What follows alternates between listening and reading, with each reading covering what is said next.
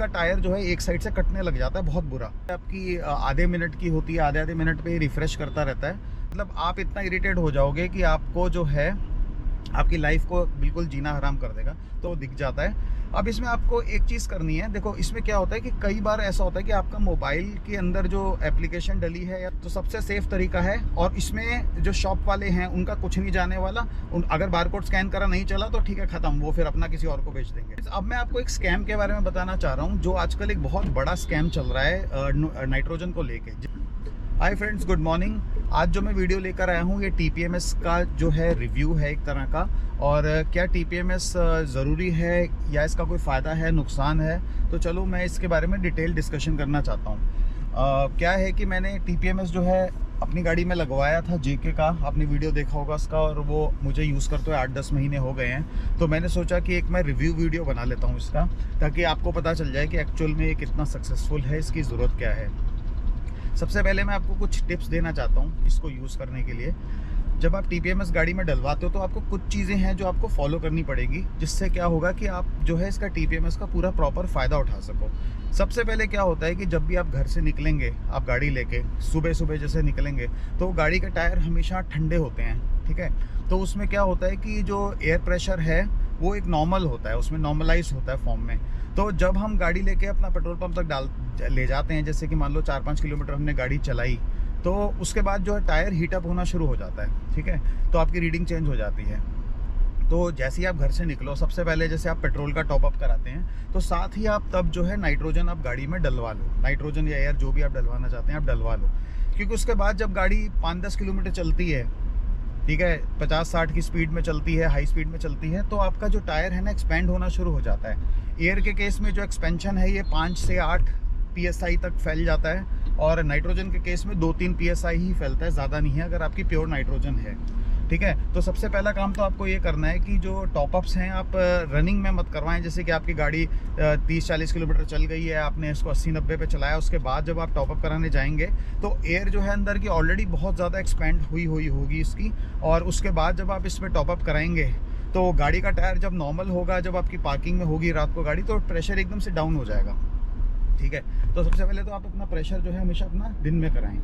तो फ्रेंड्स, ये जो टीपीएमएस के रिफ़्रेश की जो फ्रीक्वेंसी होती है ना, वो होती है आपकी आधे मिनट की होती है, आधे मिनट पे रिफ़्रेश करता रहता है। तो इसमें क्या है कि जैसे आप खड़े हैं और आप अपना जैसे ये टीपीएमएस में आप जैसे टायर में टॉपअप करा रहे हैं, तो आपको इमीडिएटली जो है एकदम से आपको ये पता नहीं चलेगा कि टायर में कितना है। मतलब आपको कम से कम आधा 1 मिनट लगेगा उसमें रीडिंग आने में एप्लीकेशन में, ठीक है। तो ये आप ध्यान रखना कि जब भी आप टायर का प्रेशर इसमें डलवाते हैं तो आपका 1-2 मिनट के लिए आप वेट करो, आपका जो है रिफ़्रेश हो जाएगा।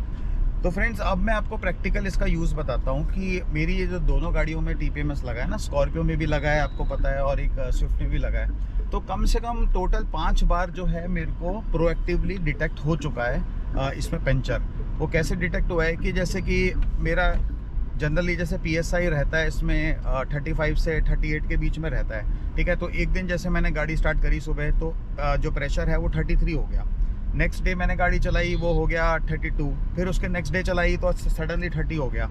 तो इसके बाद क्या होता है कि आपका जो टीपीएमएस वाला सिस्टम है आपको ना नोटिफिकेशन भेजता है, और इतनी ज़्यादा नोटिफिकेशन भेजता है कि आप उसको अवॉइड ही नहीं कर सकते। आपके फ़ोन पे बार बार आपका मैसेज आता रहेगा, इवन इन्फोटेनमेंट में भी मैसेज आता रहेगा कि आपका जो प्रेशर है 30 से नीचे चला गया।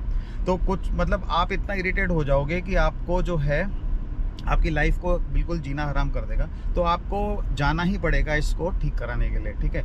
तो जब मैं टायर वालों के पास जब भी गया हूँ ना, इस वार्निंग को लेके हमेशा एक कील निकली है, पूरी कील निकली है गाड़ी में। तो इसका मतलब ये है कि मुझे पहले ही पता चल जाता है, टाइम से पहले, कि मेरी गाड़ी में पंचर हो चुका है। तो होता क्या है ना, एक्चुअली जब हम विजुअली टायर को देखते हैं तो हमें ऐसे पता नहीं चलता।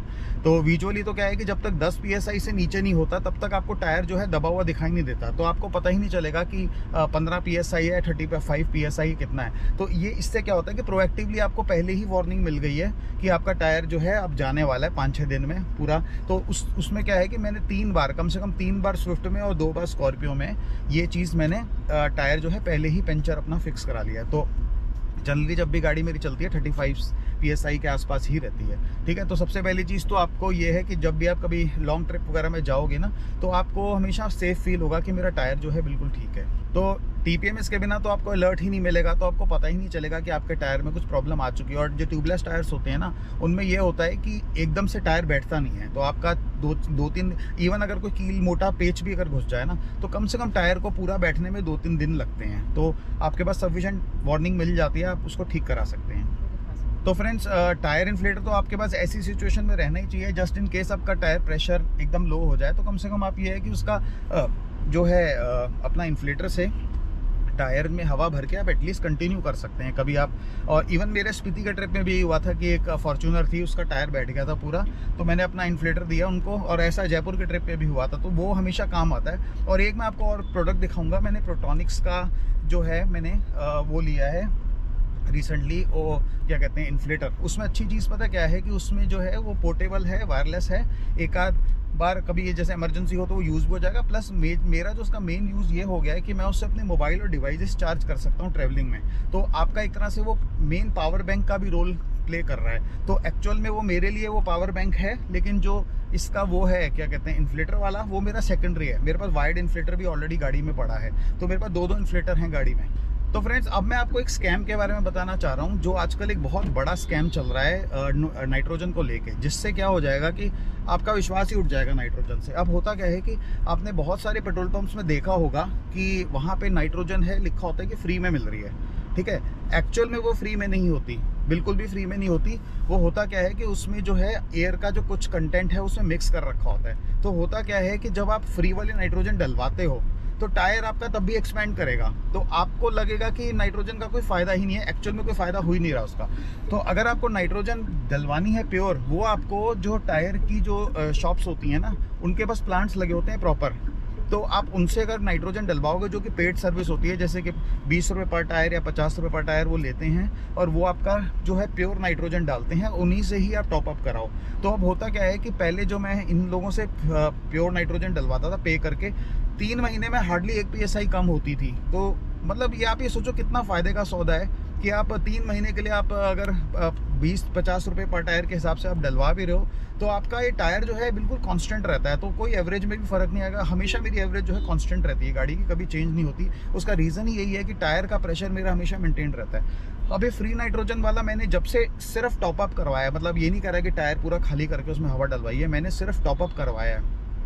टॉपअप करवाने के बाद भी 5 से 4 PSI का डिफरेंस आ गया है। तो मुझे विश्वास ही नहीं है कि वो नाइट्रोजन डालते भी हैं। और उन्हीं पेट्रोल पंप वाले में से एक बंदे ने मुझे बताया था कि प्योर नाइट्रोजन नहीं होती। अगर आपको प्योर नाइट्रोजन पेट्रोल पंप से भी चाहिए तो उसके लिए आपको पे करना पड़ेगा। तो मेरा मतलब ये समझ नहीं आ रहा कि वो नाइट्रोजन का बोर्ड लगा के वो पब्लिक को बेवकूफ़ बना रहे हैं। तो आप भी ध्यान रखना, अगर आप नाइट्रोजन फ्री वाली ले रहे हैं, आपको पता चल जाएगा कि वो इफेक्टिव ही नहीं है, तो इसका मतलब ये नहीं है कि नाइट्रोजन बेकार है। नाइट्रोजन प्योर अगर आप डलवाओगे, वो बहुत ज़्यादा उसका बेनिफिट आपको दिखेगा अगर वो नाइट्रोजन प्योर हो। तो मैं आपको रेकमेंड करूँगा कि एक बार लाइफ में अपने किसी ये जो टायर वाली शॉप होती है, लाइफ में एक बार आप डलवा के देखो नाइट्रोजन। और TPMS अगर आपके पास है या प्रेशर मॉनिटरिंग गॉज है, तो आपको खुद ही पता चल जाएगा डिफरेंस क्या है, ठीक है।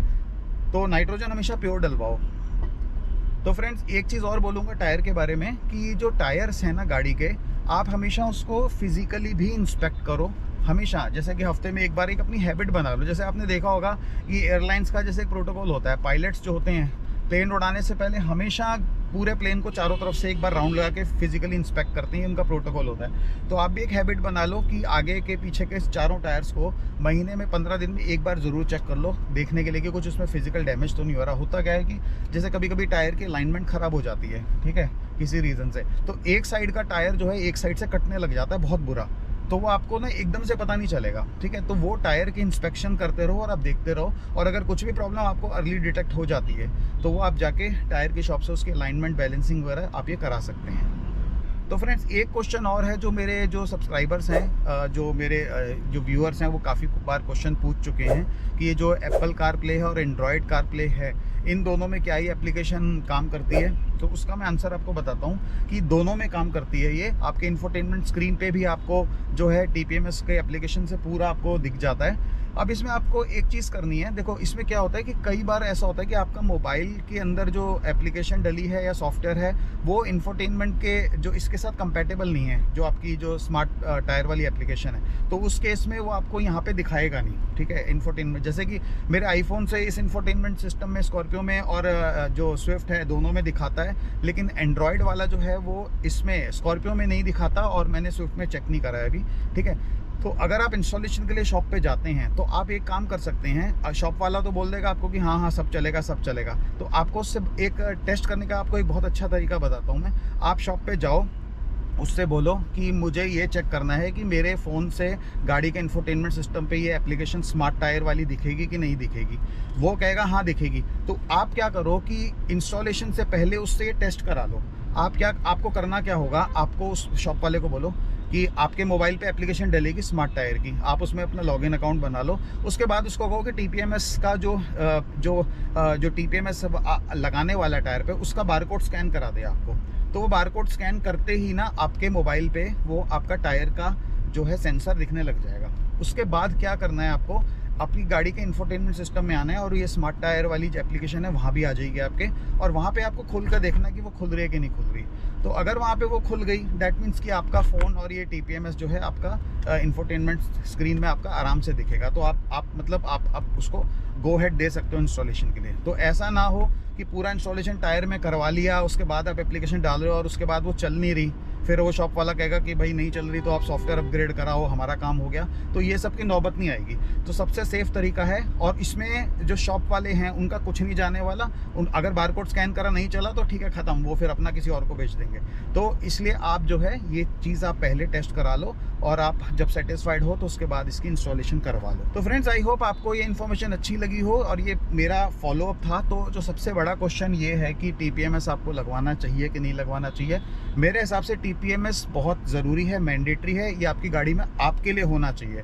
ये वीडियो कहीं से भी स्पॉन्सर्ड नहीं है, और मैं जो ये आपको बता रहा हूँ इन्फॉर्मेशन, ये अपने यूसेज के बाद बता रहा हूँ। मैंने जब पहले लगाया तो लगवाने का मैंने पूरा इंस्टॉलेशन का वीडियो आपको दिखाया, और उसके बाद जो अब मैंने वीडियो बनाया है ये मैंने 10 महीने यूज़ करने के बाद बनाया है। और मुझे लगता है कि ये प्रोडक्ट जो है बहुत ज़रूरी है गाड़ियों के लिए, और ये होना चाहिए, और सेफ्टी के लिए भी बहुत ज़रूरी है।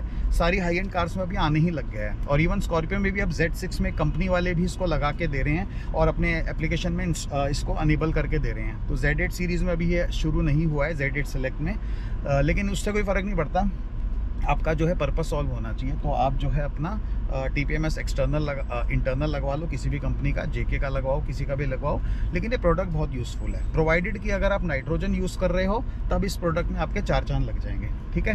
तो इस वीडियो में इतना ही था। तो आप आराम से लगवाइए, इसको यूज़ कीजिए और सेफ़ रहिए, ठीक है। मिलते हैं आपको नेक्स्ट वीडियो में, तब तक के लिए bye and have a safe driving.